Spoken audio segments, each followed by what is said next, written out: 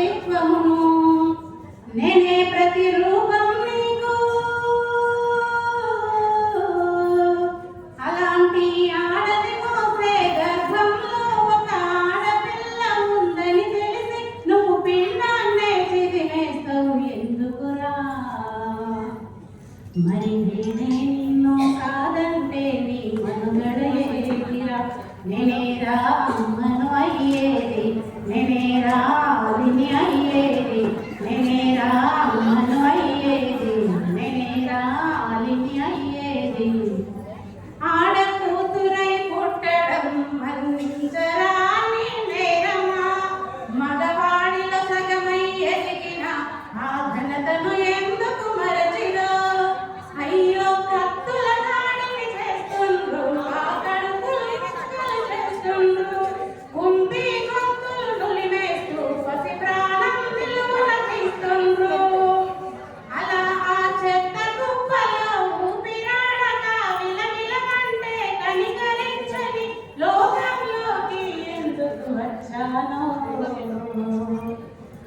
ఆవేశంలోన చీకటి కప్పుడు కడుపులో పడ్డాను నేనేరా అమ్మను అయ్యేది నేనేరా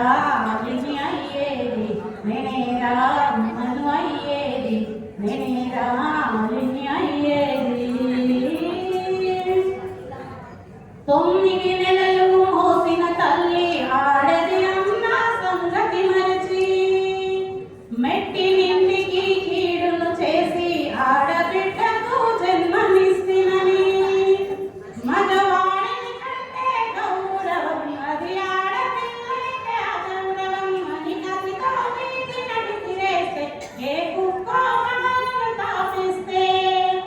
అనాథగా పెరిగిన నాకు నలుదిక్కుల్లో అవమానాలు ఎదురవుతాయి పాపని కానీ ఎవరిని అడగాలి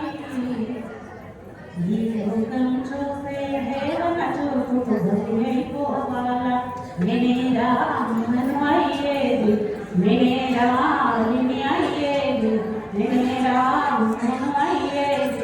నేనేరా అలిని అయ్యేది